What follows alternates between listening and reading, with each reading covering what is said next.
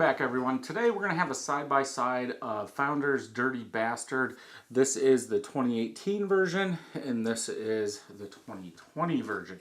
Technically the newest version that they have out at this time. I don't think I have any 2019. I could not find any. I think I do, but I couldn't find it, so we're only doing these two. So the 2018 version is on my left, bottled on 11/13/18, and the 2020 version on my right, bottled 11/25/2020. Both beers are 8.5% ABV and 50 IBUs. They are open, as I did a standalone review for both, like I normally do. I'll link a card if you want to go check those out. As far as the head goes, it's about the same. A little tannish colored head, very, not even a quarter finger of head on there.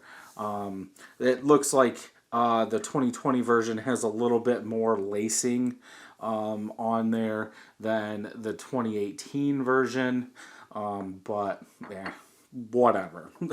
As far as color goes, pretty much the same color, reddish brown in color, semi-hazy. The only thing is the 2018 version has a ton of stuff floating in it, but I can still see the light box. It's settled down a little bit. Most of it's down here now, whereas in the review it was hazy. But yeah, it's starting to settle down just a little bit. Yeah, they look like the same thing, just one was made 2 years before the other one. Let's go ahead and smell them.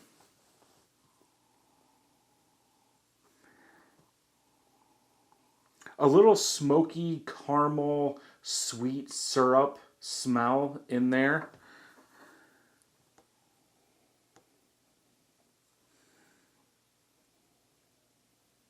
I think you get more coffee.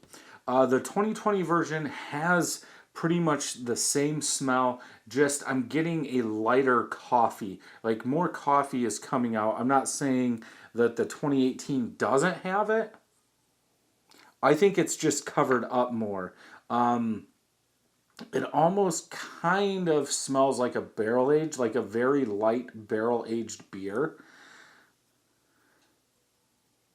But I think that's just because if you're into barrel-aged beers, you're used to those flavors. You know, you're going to have a little higher ABV, little higher malt bill to go into that barrel, and that's what you're getting out of that.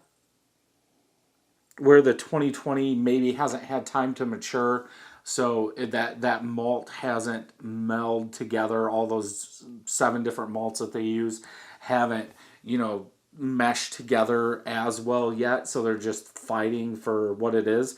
For the smell, I would have to go with the 2020. I do like coffee. I get more coffee, even though it's very light, like a light roast coffee out of the 2020. It does smell, from smelling some of my home brews that are more than a year old.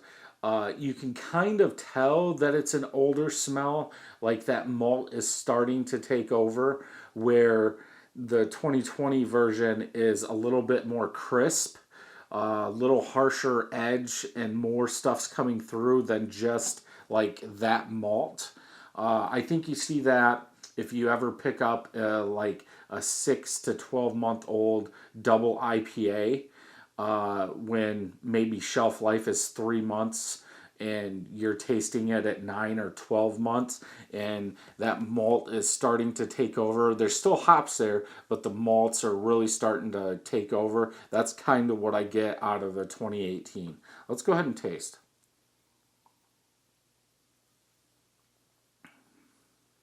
Still smooth. That bitterness, though, that bitterness is still there, even though it's warmed up some more. I am getting a little bit more caramel, toffee sweetness out of it now. The bitterness is still there, like I said, but yeah, a little bit more sweetness. I wouldn't say acidic, but kind of, and I wouldn't say burnt, darker roasted malts, like that kind of taste, like from eating the grain, is in the aftertaste of the 2018.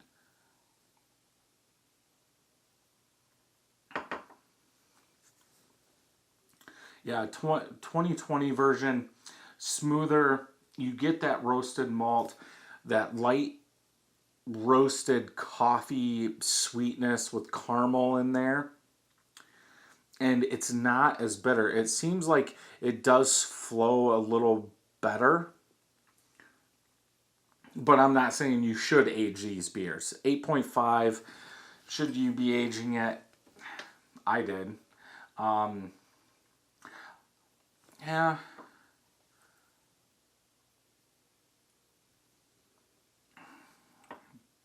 The 2020 version feels thicker. And I don't know if that's just because this one has had time to mature, but like the body, the body follows the taste profile.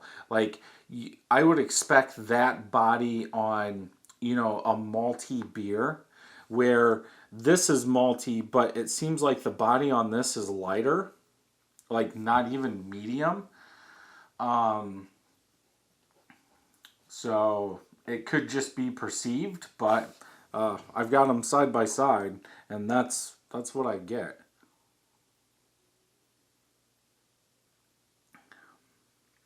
I think that someone that likes a big malty beer would probably it's hard to say with that bitterness, but would probably enjoy the 2018 more than they would the 2020, because there is more of a malt presence in there than there is the 2020 version.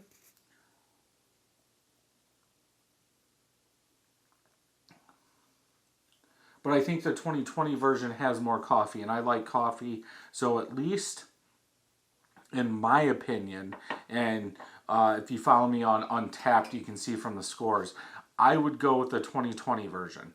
I like that coffee. I wish the bitterness was toned down just a little bit, but I think it drinks a lot better than the 2018 version, in my opinion. But again, if you're a big malty fan, malt sweetness, that syrup double IPA, I can see people leaning to that, the 2018 more than the 2020. But yeah, so in my case, I would pick the 2020 version. If you've done a side-by-side like this, or a vertical, as they call it, let me know which one you would choose. If you enjoyed this video, check some more out over here. And until next time, happy brewing.